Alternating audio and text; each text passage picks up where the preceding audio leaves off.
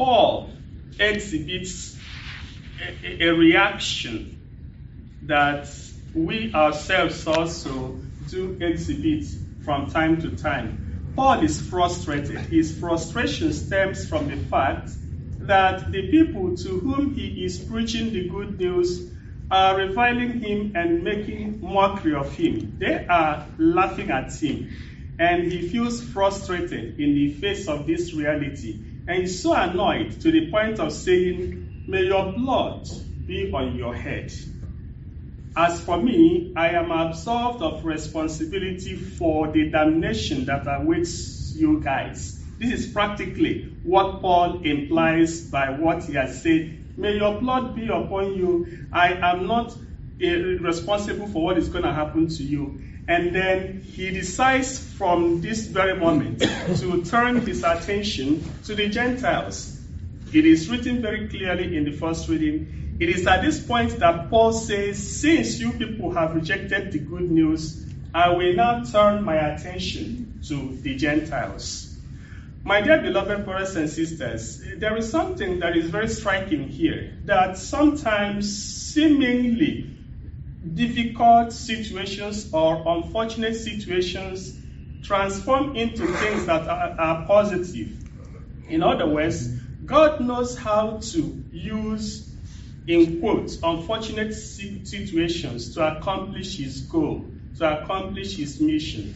It has happened in my life, it happens in our lives, that situations that we found ourselves in and we felt they were a disaster, they eventually turned out to be huge blessings in disguise. So I'm simply saying that it was because of this rejection from the Jews that the Gentiles were able to receive the good news. And then Paul left them and turned to the Gentiles and preached to them.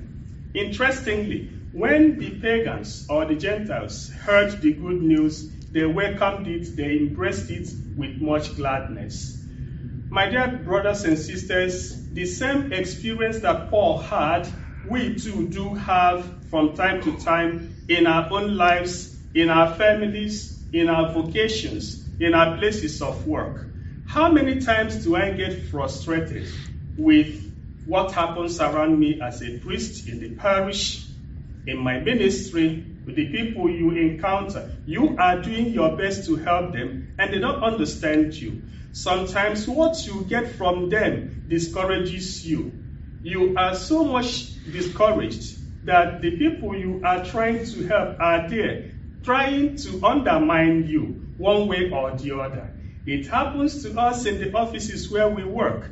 We get frustrated from time to time by the things that we see happening around us, despite our goodwill. You want to put your best, and the feedback is not what you expect. It happens in marriages that you are doing your best to, make your partner happy, to be the best husband or wife you could be. You are not getting that corresponding reaction from your partner. You feel discouraged. You feel depressed. It happens in religious life. Your fellow nun may not be as you expect, and you do everything to make this person happy, all to no avail. And so from time to time, we all deal with this kind of frustration that Paul himself experienced in the first reading. But I wouldn't imitate Paul by saying, "May your blood be upon your heads." I wouldn't just do that, because his reaction there showed the depth of his bitterness and his anger in the face of this treatment or mistreatment he received from the Jews. I would rather say, "May you change, please. Let your blood not be on your head, just may you change." So we pray in this Mass that the Lord might grant us the grace to be able to deal with our disappointments, our frustrations with patience, and not say things that we may turn out to regret in the end.